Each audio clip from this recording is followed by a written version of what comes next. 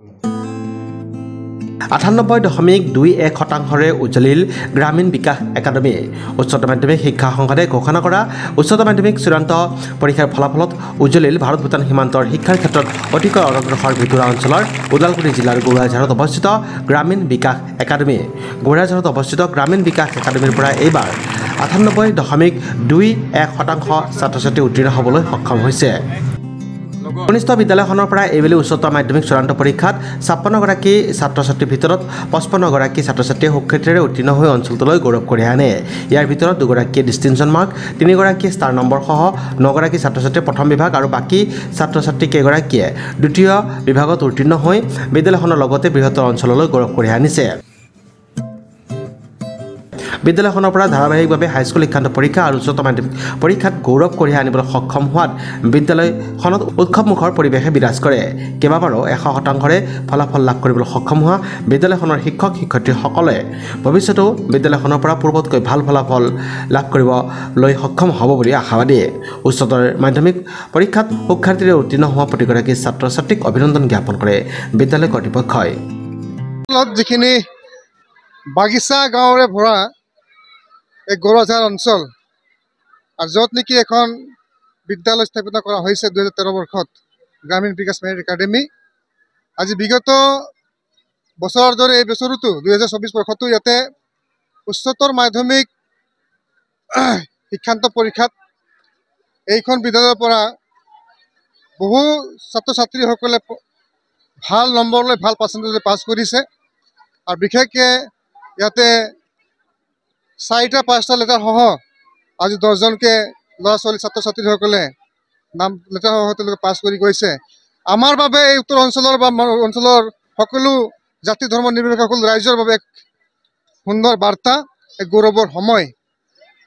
আমাক বহুত সময়ত এই অঞ্চলৰ মানুহসকলক তুচ্ছ তাচ্ছিল্য কৰা গৈছিলে শিক্ষাৰ ক্ষেত্ৰত, কিন্তু আজি মই বুকু ফিন্দাই ক'ব পাৰিছোঁ যে আমাৰ এই উত্তৰ অঞ্চলত থকা জাতি জনগোষ্ঠীৰ বিভিন্ন ধৰ্মাৱলম্বী যিখন আমি আছোঁ, আমি শিক্ষাৰ যিখিনি আমাৰ প্ৰতিভা আছে, টেলেণ্ট আছে, অন্য বিভাগত যিখিনি আমাৰ প্ৰতিভা টেলেণ্ট আছে আমাৰ ল'ৰা ছোৱালীসকলৰ, আমি কোনো ধৰণে পিছপৰা আমাৰ অঞ্চলত আমি মানুহ নহয়, আমি পিছপৰি থকা নাই।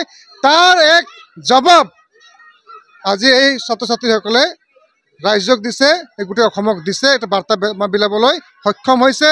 মই সেইসকল ছাত্ৰ ছাত্ৰীসকলক মই মোৰ আশীৰ্বাদ দিছোঁ, তেওঁলোকৰ শিক্ষাময় জীৱন সফল হওক। এই গ্ৰামীণ বিকাশ মেৰিট একাডেমীৰ বিদ্যালয়ৰ পৰা যিখন ছাত্ৰ ছাত্ৰীসকলে মেট্ৰিক আৰু হায়াৰ ছেকেণ্ডেৰী আমি অতিকৈ আনন্দিত আৰু ৰিজাল্টটো আগৰ পৰাই কিছু নহয় কিছু আমি পাই আছিলোঁ।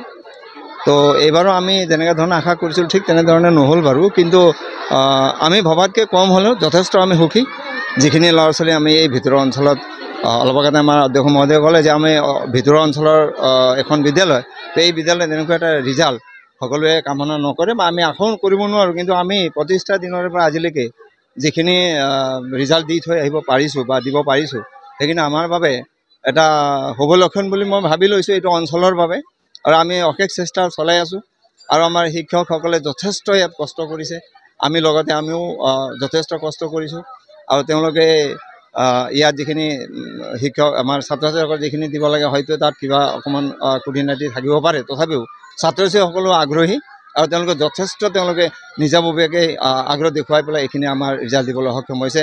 আৰু মই আমাৰ প্ৰথম বিভাগৰ যিখিনি 9জন ছাত্ৰ ছাত্ৰী উত্তীৰ্ণ হৈছে তেওঁলোকলৈ বিশেষ আমাৰ শুভেচ্ছাটো জনাবই লাগিব। তেওঁলোকৰ শুভেচ্ছাৰ অধিকাৰী, তেওঁলোক উজ্জ্বল ভৱিষ্যত কামনা কৰিছোঁ।